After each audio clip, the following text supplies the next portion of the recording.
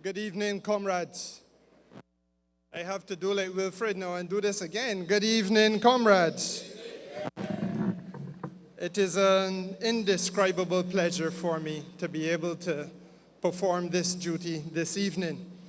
And I want to begin by inviting you to take your minds back a few years to that time which we would have known in Barbados as the lost decade, when principal spokesmen for that party that is now in opposition would have made some absurd utterances, and when they had the opportunity, implemented some equally absurd and unfortunate policy interventions with respect to our beloved friends, brothers and sisters from the Cooperative Republic of Guyana. I always felt then, as I feel now, that that was a most curious form of behavior, because even the smallest understanding of their own party's history would have or should have told them that their actions and their utterances reeked of the height of ingratitude. And I'm going to say something to you tonight that I want you never to forget. I pray that you don't. When we first became independent, this lovely island of ours was in... Are you with me? This lovely island of ours was in fact too poor and too financially vulnerable for us to be able to maintain a presence diplomatically in the foreign capitals that we wanted to establish a presence representing Barbadian people and representing Barbadian interests. And because we were in that state, we had to reach out to friendly nations. And one of those friendly nations was the Republic of Guyana. And so our very first High Commissioner to London was a Guyanese lawyer by the name of Solino Lakou. And he was our first High Commissioner to London. Barbados' first High Commissioner was a Guyanese. And it didn't end there, because the first accredited ambassador that Barbados ever had to France, and equally the first accredited ambassador that Barbados ever had to Germany, was equally Guyanese. And so I say to you, ladies and gentlemen, that I will forgive you tonight if you are wondering, even as I speak, what would have happened if Forbes Burnham had had a similar mindset as a gentleman who once led us had and said, "Ever so welcome, could wait for a call." But happily, those were a time when I just indicated, it was described as a lost decade. And if you take the relationship between Guyana and Barbados over the course of the years, that is just a glitch on the radar. Ours has been a relationship of constant development, deepening partnership, to the point where tonight I can confidently stand before you and say that the vision that Irfaan once had of the Caribbean islands being a family of islands nestled under the shelter, as he put it, of the great cooperative republic. Nestled under the shelter of the great cooperative Republic of Guyana. Is it in the microphone?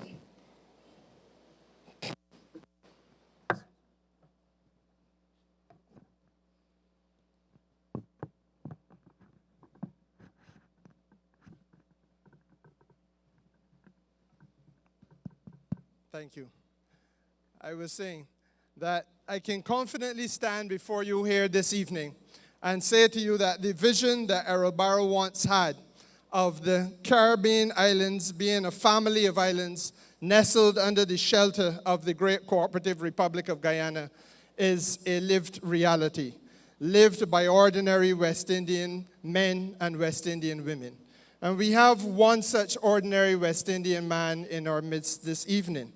And I say that to you with great candor and great respect to him, because he has pulled himself up by his bootstraps.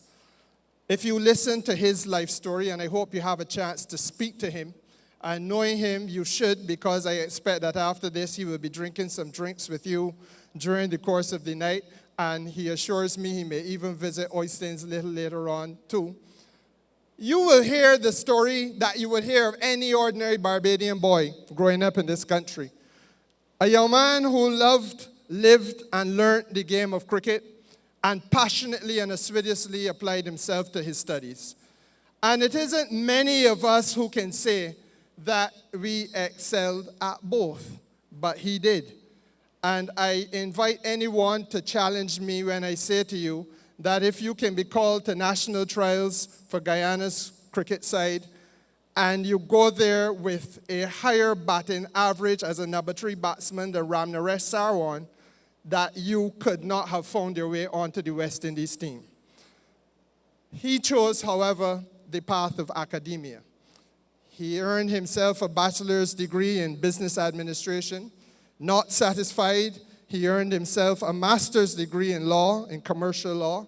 Still not satisfied, he earned himself another master's degree in manpower planning, and yet still not satisfied, holds a PhD in urban and rural planning.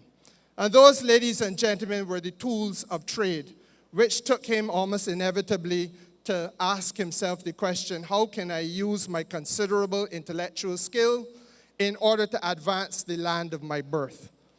And he did that. And he heeded a call to serve in public life in Guyana, and in 2006 entered the National Assembly of Guyana, where I am told he acquitted himself with distinction. In short order, was invited to serve in the cabinet. He served as Minister of Housing. He served as Minister of Tourism. He served as Minister of Commerce. He served as Minister of Industry. And as we know, political life is not easy. It is not a linear thing. It is subject to peaks. It's subject to troughs. It zigs. It zags. It has its own fortunes. 2015 saw the People's Progressive Party Civic thrown into opposition, and our illustrious feature speaker this evening was thrown into opposition with them. And for those of us who have sojourned in opposition, we know it can be something like wilderness years. You feel a sense of frustration, a sense almost of purposelessness. I can't get nothing done. Not so for our feature speaker this evening. He acquitted himself by perfecting his parliamentary brief. He became a legendary chairman of the Public Accounts Committee, and equally Prime Minister, a co-chair of an interesting committee in Guyana, which is called an Parliamentary Economy Services Committee. And if I am understanding that committee well, it is looking at the productive sector and assessing whether the policies being employed by the government are suitable to and consonant with best practices for the country. Having served that way, it was almost inevitable that he'd be called upon to lead, and in 2019 was invited to lead the People's Progressive Party Civic as the presidential candidate for the election in the following year. And by 2020, March, I believe it was, he had successfully done so and became the 10th president of the Republic of Guyana. Now, ladies and gentlemen, in 5 short years thereafter, President Irfaan Ali has distinguished himself internationally. He is now recognized as a leading voice and a champion for small states with respect to the issue of food security. He is now recognized, along with our own Prime Minister, as a leading voice with respect to the need for us to be sensitive to the question of climate change. And in President Ali's case, he has distinguished himself in the call for inclusivity, in the call for sustainability, and investment in the agricultural sectors for small states and small island developing states. He also enjoys, I think, the unique position of being a president who presides over the fastest growing economy in planet Earth. Let me say that to you again. Guyana is now the fastest growing economy on planet Earth. And there are those of you who will say, well, if you find some oil, you should be able to do well. But to do that well is incredible. And he has built that economy on a foundation of new laws and new regulations which are designed to ensure transparency, designed to ensure fairness, and designed to ensure equity as Guyana proceeds forward. But last and by no means least, President Ali is also internationally recognized as being the man who has piloted Guyana with calm assurance, patience, and determination in the teeth of what many will agree is unprovoked aggression. He now stands out as a stalwart for peace in this region. He stands out as a stalwart and a champion of national sovereignty in this region. And he stands out as a champion of the call for security and peace in the Caribbean as a zone. Ladies and gentlemen, I want to invite you to give a warm Barbados Labour Party welcome to the chairman of CARICOM, a friend of Barbados, a partner to Barbados, the President of the Republic of Guyana, ladies and gentlemen, His Excellency, Dr. Mohammed Irfaan Ali.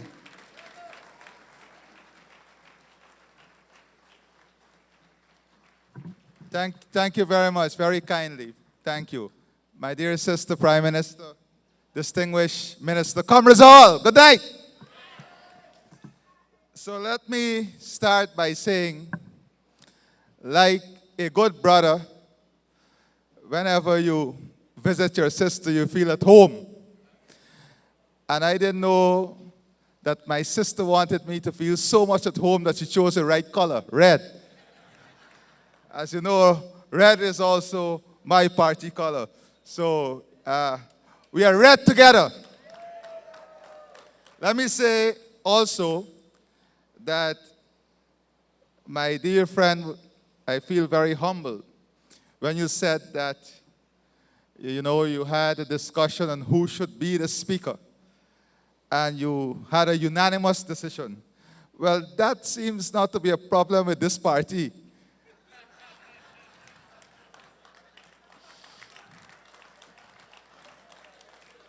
So I'm very happy that you kept the tradition of the party well and alive. Now, today I think is a very important day in the life of Barbados. A party conference, especially a party in government conference, is not only for the party.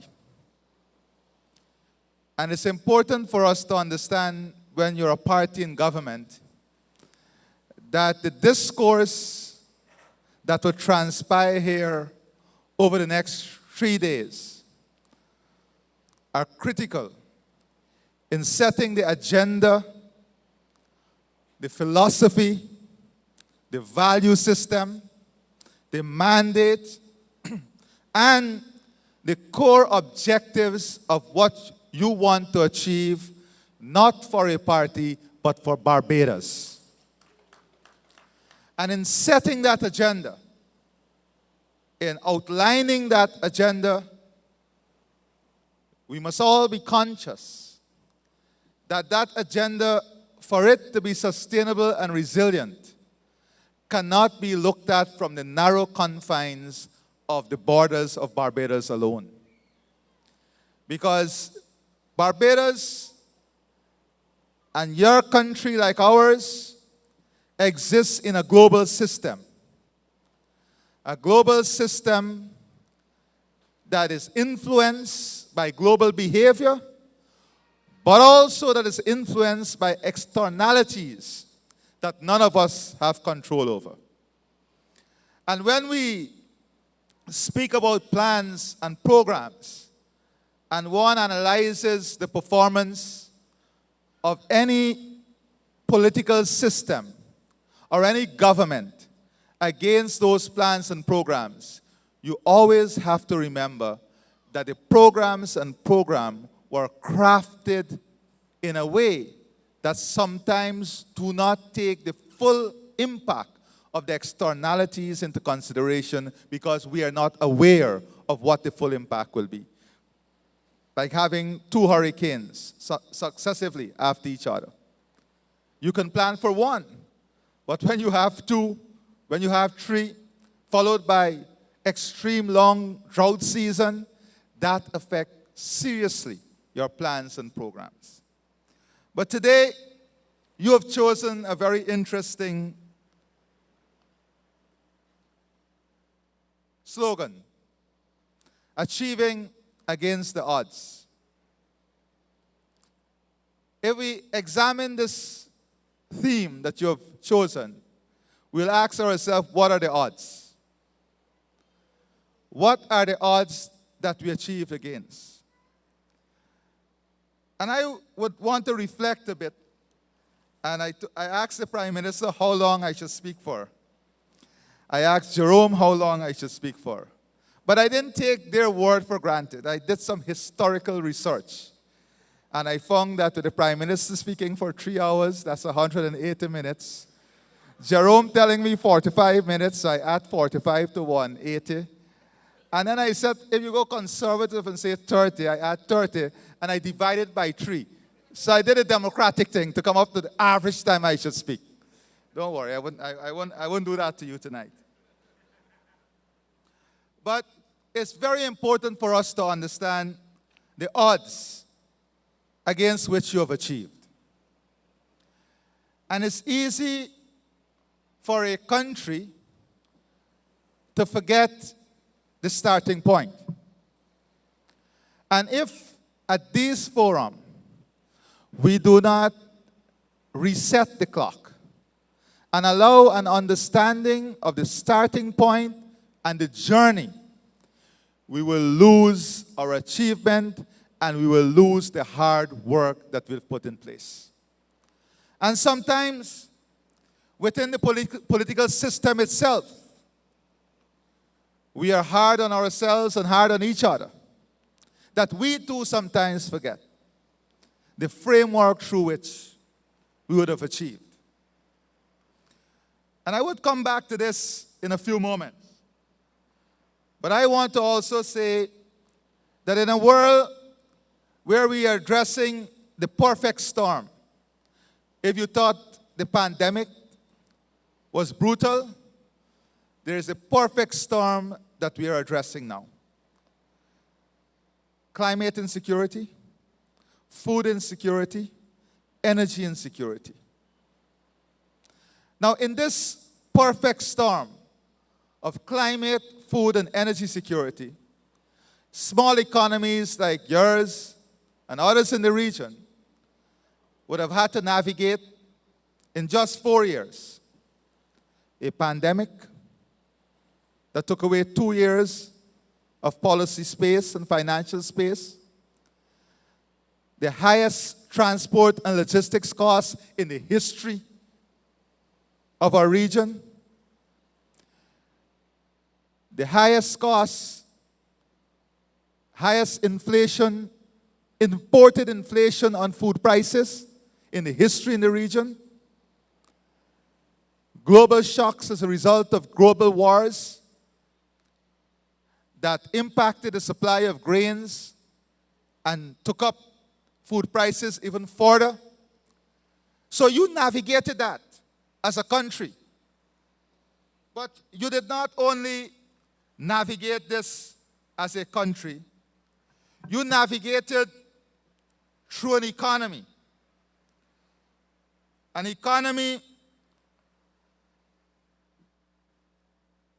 where your debt to GDP ratio was 158.3%. You navigated these challenges from a debt to GDP ratio in 2017 of 158%. You navigated these challenges in 2017 when your import cover was 5.3 weeks. Your import cover was 5.3 weeks. You navigated these challenges in Barbados when your fiscal deficit expressed as a percentage of your GDP was 7.6%. Those were odds that were not from externalities. Those were odds that you navigated from internal circumstances, from the economy that you had to rebuild. But you did not complain about these challenges. And you cannot complain about these challenges because, after all, you go to the polls and you ask people to elect you because you present policies that can do better. And in looking at these odds, your employment rate in 2016, the average employment rate between 2009 and 2017, 10%. These were your challenges. So when you look at the Barbados situation then, it was imperative that you had to enter this IMF program. But many countries would have entered an IMF program before. And some of them are still in those programs. And some of them have little achievement to show out of those programs. But Barbados took a different approach in entering the IMF program. Whilst you negotiated, and the IMF program comes with some very harsh conditions, you negotiated a Barbados approach. You negotiated what you called then the BERT 2018, B-E-R-T, the Barbados Economic Transformation Plan. And what did we see? Just before COVID, and this is remarkable progress, coming in a program in 3 years, and just before COVID, in 2019, your fiscal surplus was 3.5%. The average deficit, fiscal deficit to GDP went down to 2.9%. You had a significant decline in debt to GDP ratio of 119%. You had a decline in unemployment rate. And you had a restoration of the adequate level of international reserves with an historic average of 38 weeks of import cover. 38 weeks of import covers. Those are not accomplishments to take lightly. But if you look at the average discourse in Barbados and outside of Barbados, this narrative is lost. Because challenges tend to create more focus than successes. After achieving all of this, Barbados then had to confront the COVID-19 pandemic. And we all know the harsh realities of the pandemic. Resetting everything. Tourism was down. The economy was impacted upon. You had to now reprioritize resources into keeping people safe and alive. You had to invest more in healthcare system. You had to get the vaccines to people. And then you also had to expand social safety net to keep people alive and to keep livelihood going. These were key things that were needed. But whilst this reconstruction was ongoing in Barbados, there was a very quiet policy that was emerging. And that was a differentiated growth approach to development. In my context, I would say it was a pro-poor approach to growth and development. In that pro-poor approach to growth and development, it was understanding the role of the private sector and supporting the private sector to play that economic role as the engine that drives growth, creating the fiscal condition to support that growth. But quietly, in Barbados' economic model, what one could have seen was a deliberate strategy. A deliberate strategy to reduce inequality and enhance social protection. And if you look at the programmatic framework, you would see that the government expanded access to health care, education, and housing.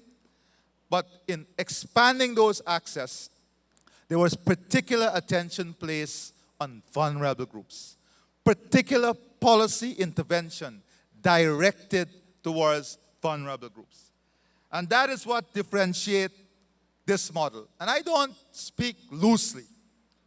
If you look at some of the key strategies that were employed, the Barbados Trust Fund Limited, on November the 5th, 2018, which promoted an initiative to provide microloans to small businesses.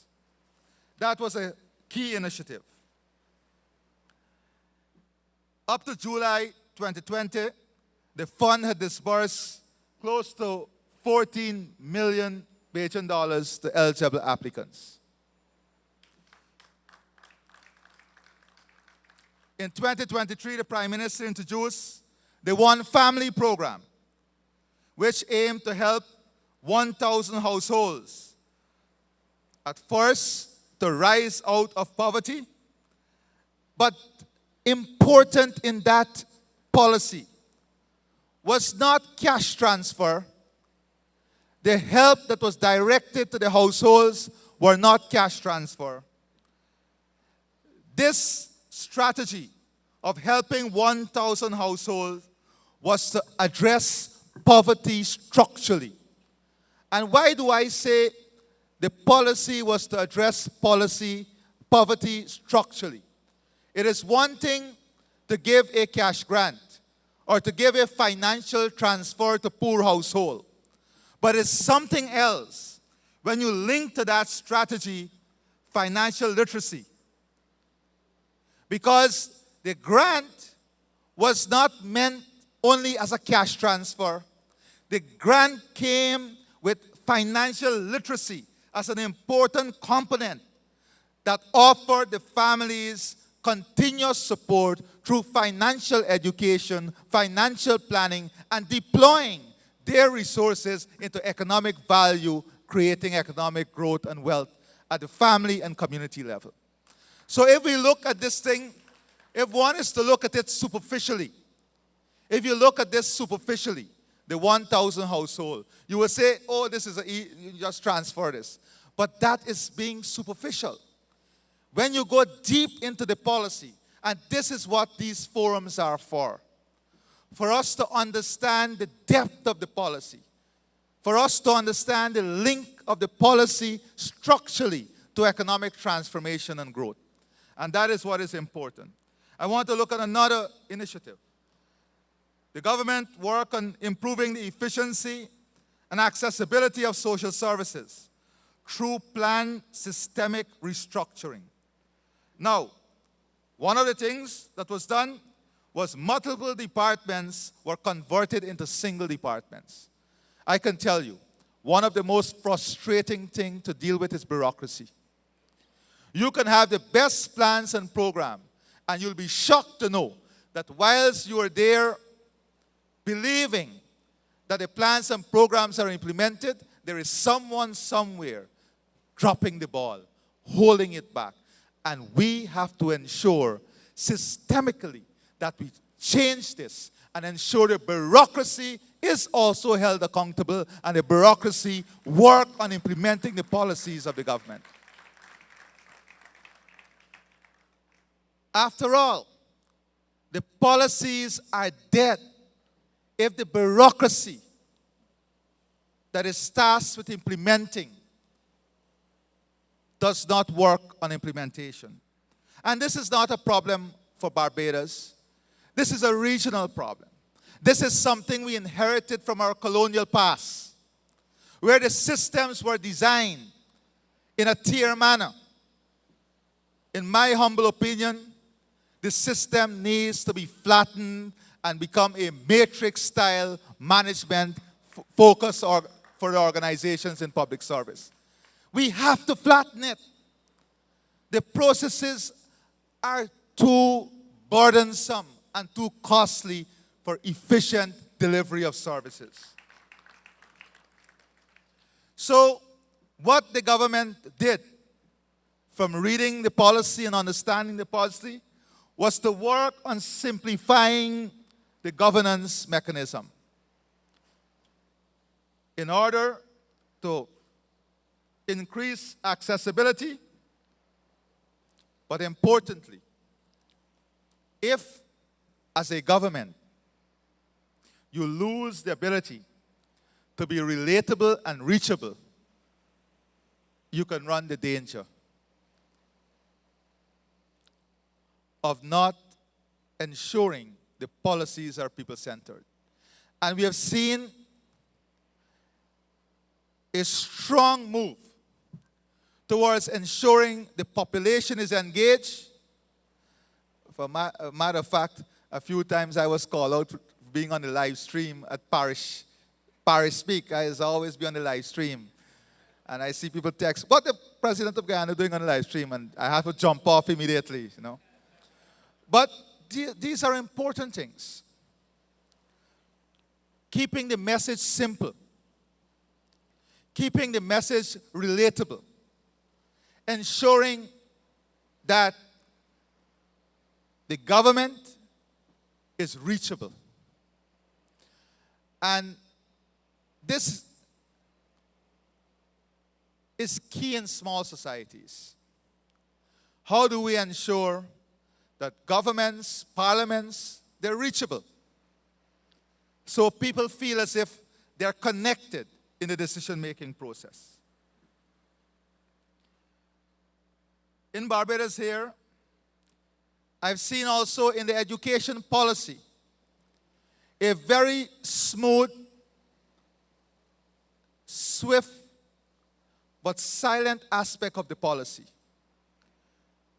When you look at the secondary schools and expanding secondary education, there is an inherent aspect of the policy that speaks to access to technology and moving from secondary schools to centers of excellence with digitization as a key foundational pillar. And this is important because we are living in a different world. The children that are coming out of the secondary school system must come out of a different mode of education delivery. And if the mode of education delivery remains solely traditional, we are not going to prepare those students to function in a digital environment and a digital world that is before us.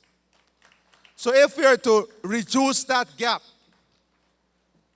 in what we are bringing out of the secondary school system, we have to very quickly transform the mode of delivery in the of education in the secondary school system. And in Guyana, for example, we have just launched what we will call the Guyana Digital School.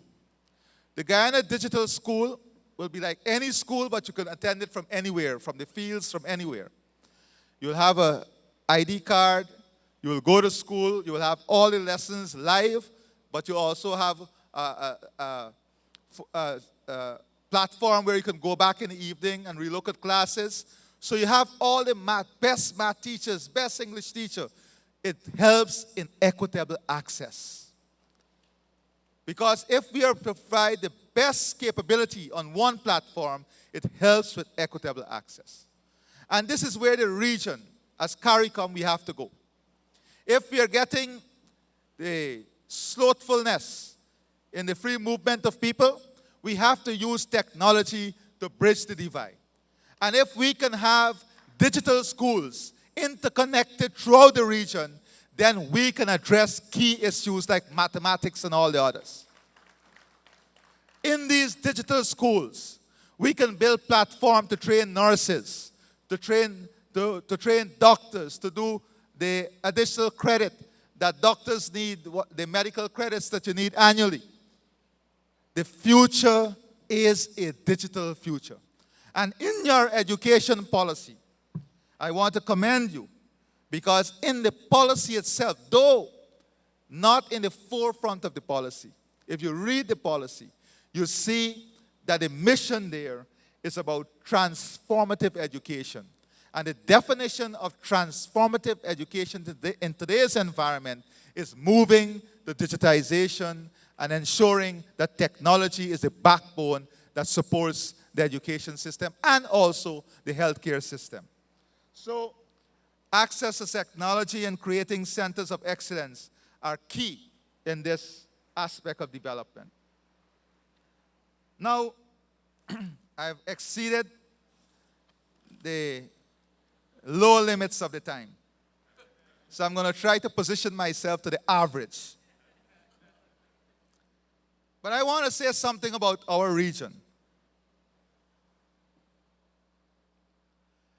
Very important for you in this room and every one of us in the region to ask ourselves a simple question. What country are we building? In what world? And for whom?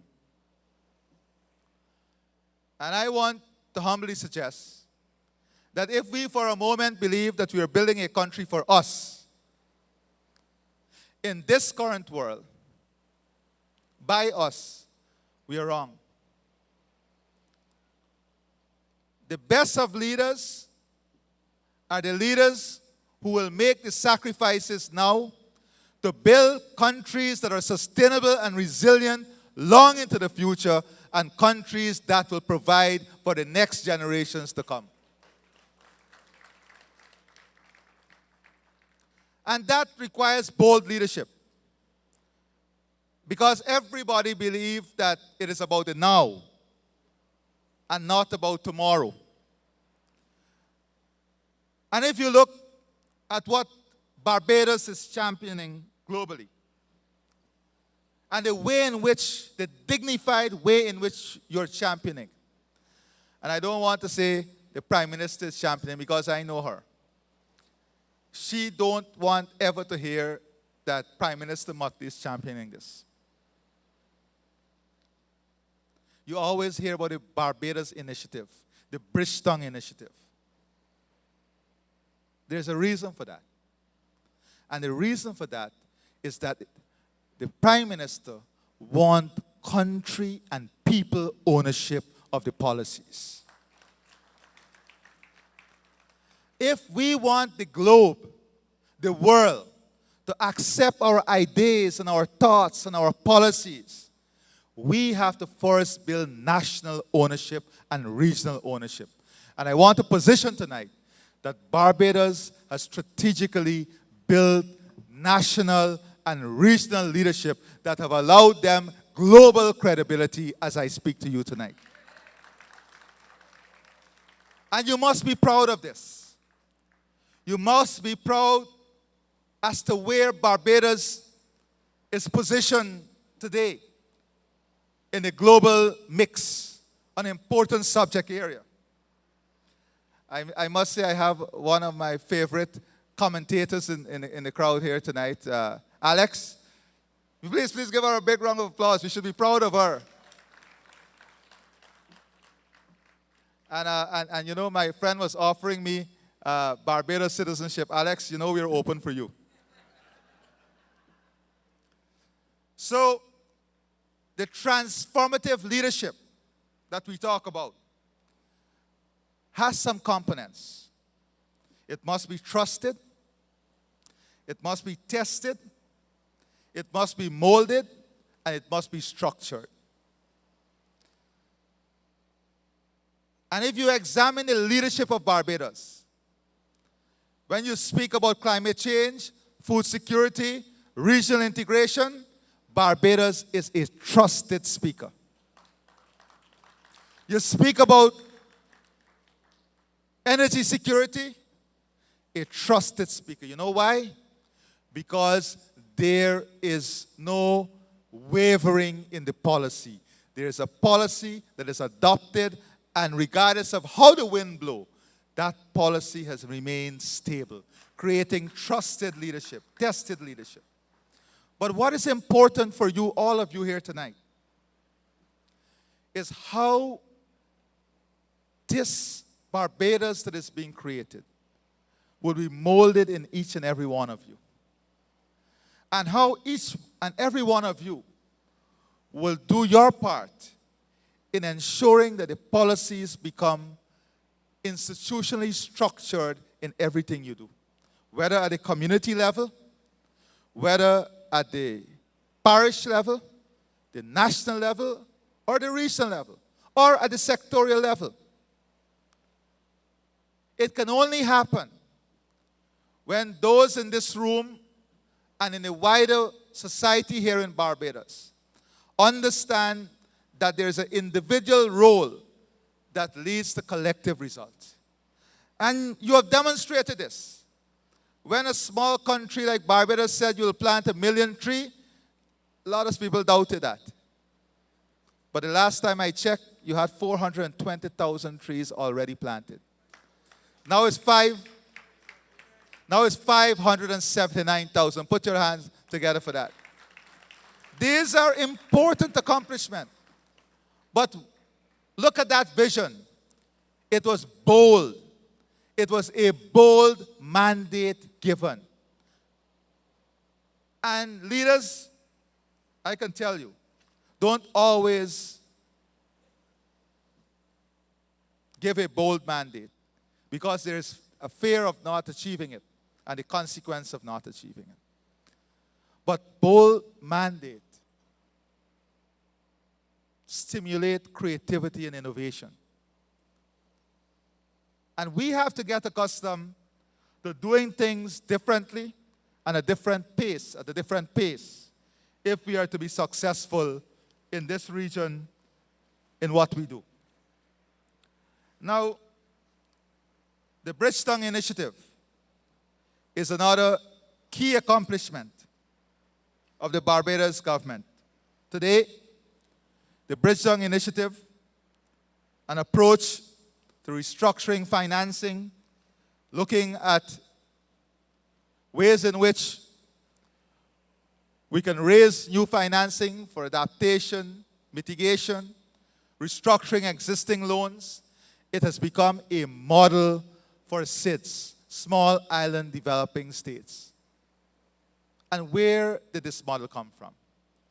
This model came from a country that understood the impact, but understood that they cannot champion a cause for Barbados and win. That they needed to take this significant setback and champion it globally so that collectively we can win. And that is important. That is also an important lesson. Understanding that we cannot win individually. We have to win as a collective. And that is where I believe the region needs to refocus its work. How can we address global issues in a collective way? And how can we create a winning formula collectively? And then within the country itself, how do we ensure that a winning formula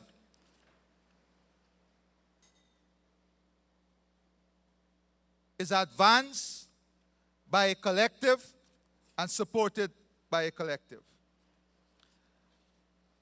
I would have developed, looking at the Barbados model, a concept that I use very often that is called a tree concept. But I would need a lot of time to demonstrate to you using a tree. I think the Prime Minister of Barbados took away my tree. I hope you did not plant it here. But this is an important concept to allow an understanding of what you're doing, how you're doing it, the environment in which you're doing it, that is the odds that you're doing it against, and what are the results that you're achieving from this. In this concept of a tree, It demonstrates a few things. One, what the policies are rooted in. And in your case, the policies are rooted in much beyond Barbados. It is rooted in creating global solutions. It is rooted in people, the environment, and climate. And that is where the tree of Barbados is planted. It is planted in ensuring that the future of Barbados is rooted in climate, people, and environment.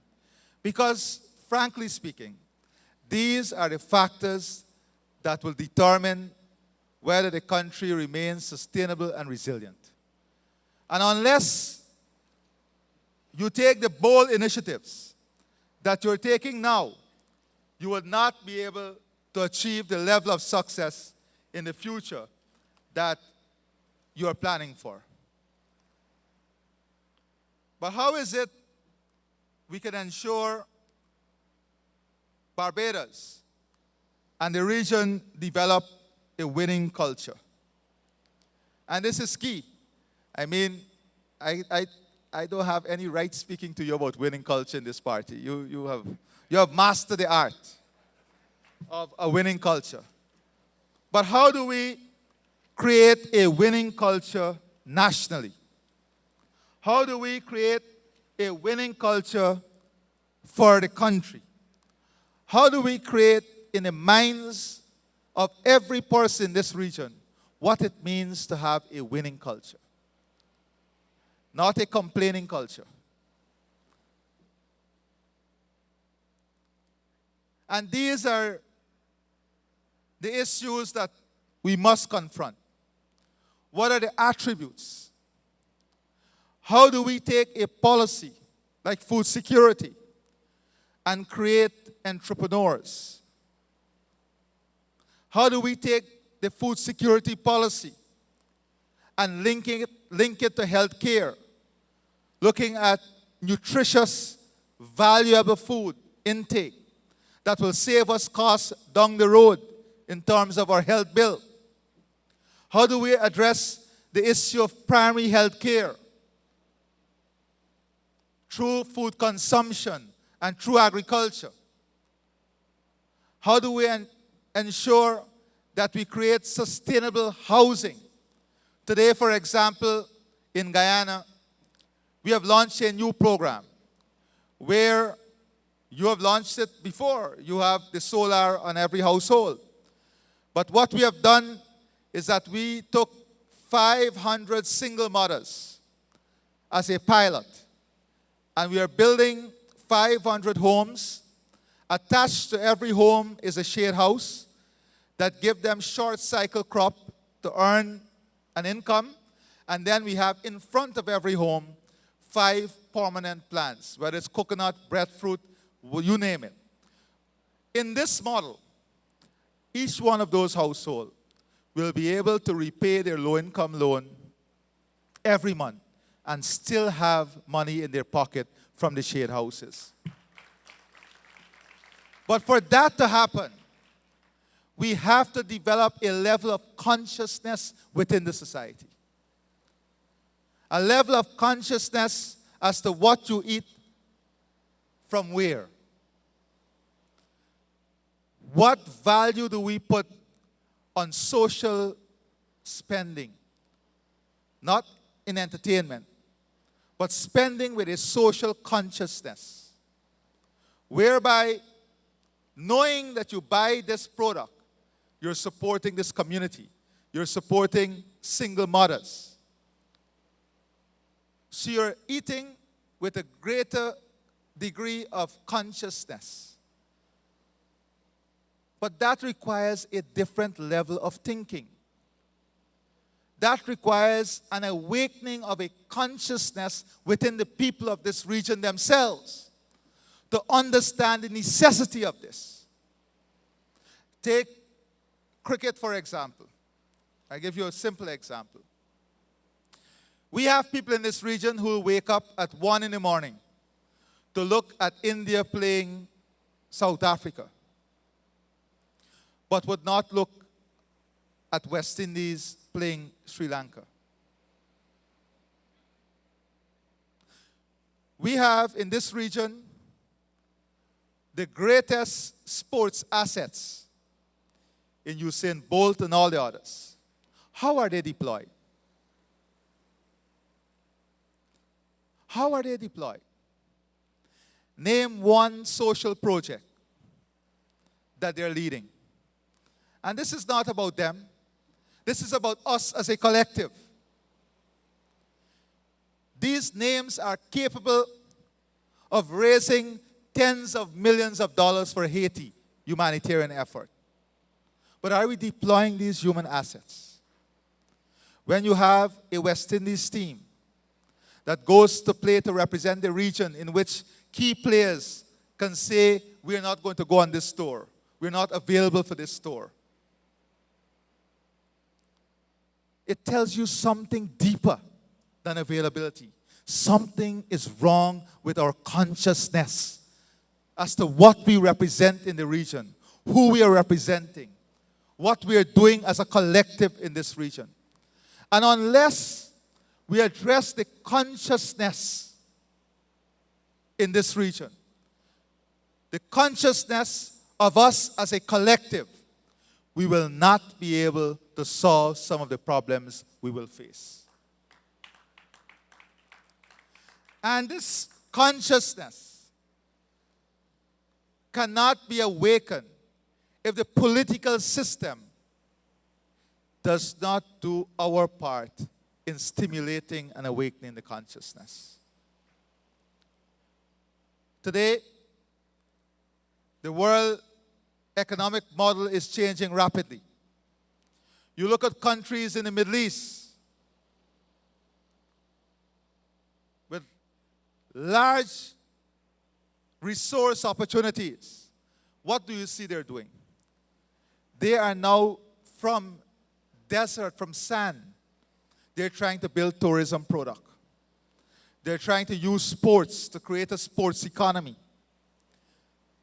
This region that is so rich in culture, that is so rich, has such a rich sports history, how is it we're going to develop a regional cultural product, a regional sports product, a regional health product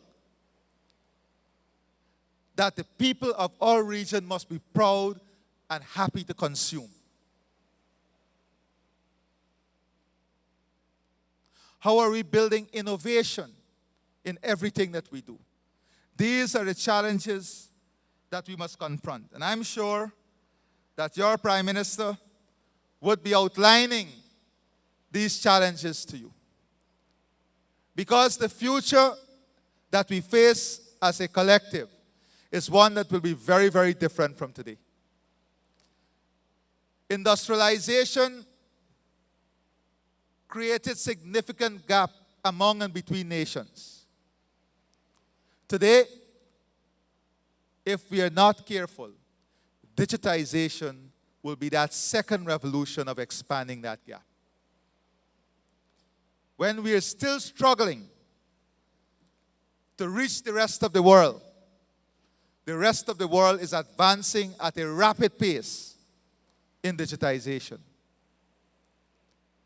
So, my friends, as I said, I'm very pleased to be here tonight, to be given this opportunity to share with you some thoughts and to share with you some ideas. But I think I will do you a severe injustice if we don't appreciate your leadership. Today, Barbados' leadership in Prime Minister Motley has contributed to significant global discussion on creating a fairer, more resilient economies.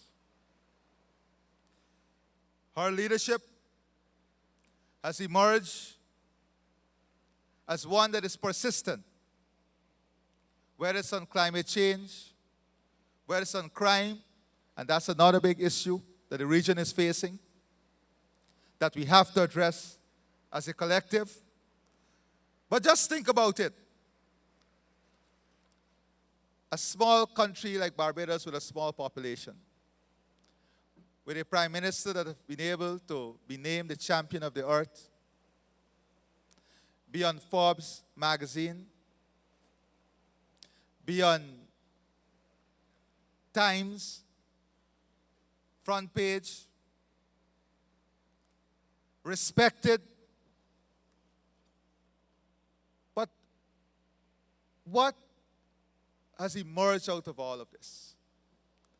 It is not about her. Barbados today is in a better place. Barbados today is recognized for global leadership. Barbados today is recognized as a voice for those who don't have a voice. And let me warn you, there are consequences for such fearless voices.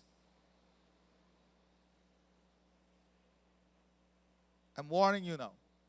There are consequences for such fearless voices. But when those voices are ready to take on and deal with any consequences in the interests of country, region, and a better world, then those are the voices that we must support. And my friends, believe me when I tell you,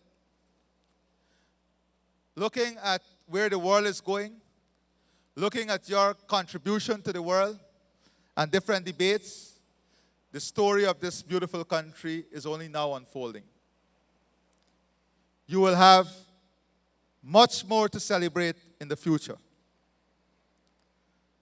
Not only through the Bridgestone Initiative, not only through the reforms that you're undertaking,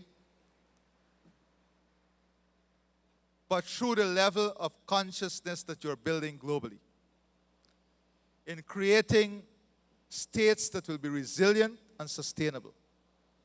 And let me be frank with you. We have said we are one of the newcomers in oil and gas. But we don't speak with hypocrisy. Although we are a newcomer, we support the removal of subsidies from all producers. All producers. And recently, I was in an interview with a New York Times reporter. And she asked me, why not follow the Norway model? And I said to her, I would love to follow the Norway model. For a matter of fact, we will follow the Norway model and do it better. And she was stunned. And she looked at me like, what do you mean? I said, I want to remind you that for the first 25 years of oil and gas revenues, Norway never placed a cent in any sovereign fund or anywhere else. They spent all on the expansion of their economy, the diversification of their economy, and after diversifying their economy, expanding their economy, and then having enough to build a reserve, they can call for any tax at any level they want. We must not be fooled on this climate equation. We have to start from the most polluting. So let's start from the 26% of the energy that is coming from coal. Who are the ones taking 26% of the energy? How are we going to deal with energy poverty in Africa? Tens of millions with no access to any form of energy. No one wants to discuss that. No one wants to discuss that.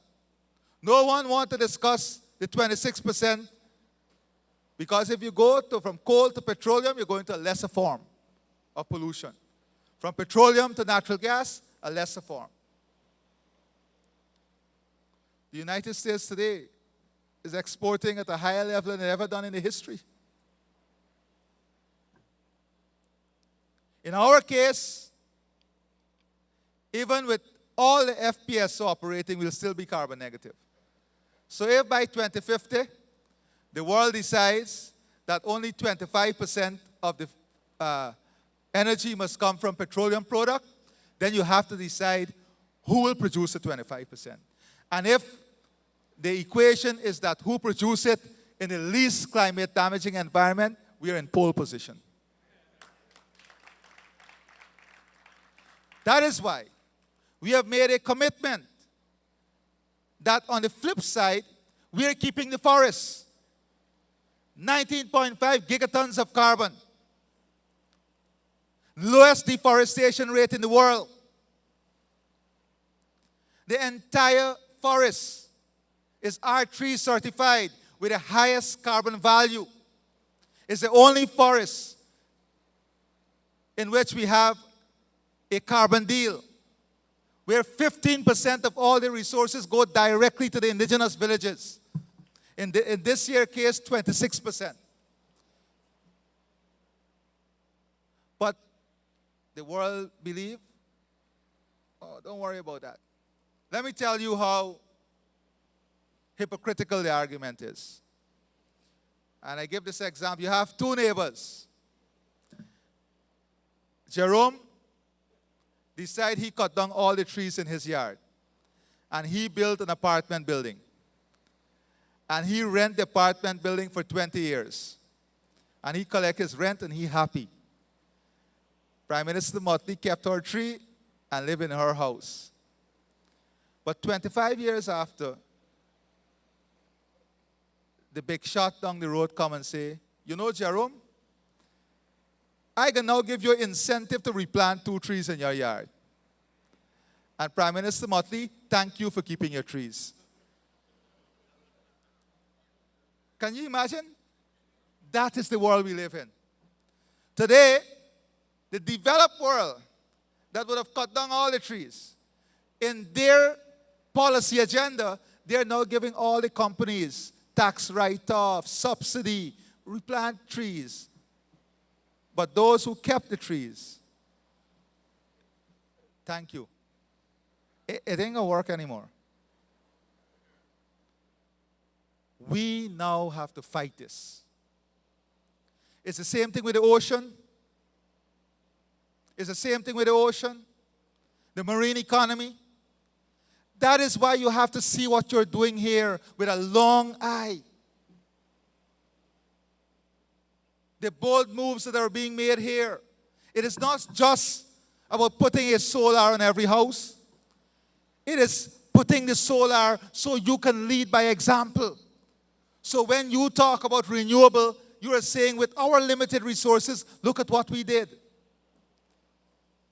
So when we speak about the forest, we can speak about the forest and still say we have the lowest deforestation rate in the world. And this is the future that is evolving here. When you look at the government plan to expand sports facility and take sports facilities in the community, it is not just about building an infrastructure. It is about creating opportunities in the future in which these things will be critically linked to the economy. For too long as a region, we have took an individual approach to development. And if by policy we have not done what we're supposed to do since the inception by now, trust me, the digital world will force us to do it digitally. The digital world will force us to do it digitally. So today, I say to you that the odds are no longer against you. Whilst you've achieved a lot against the odds, The odds are no longer against you. With continued strong leadership, you are going to ensure that Barbados continues to be a shining global light that will make this region proud and prouder every day. I thank you and God bless you.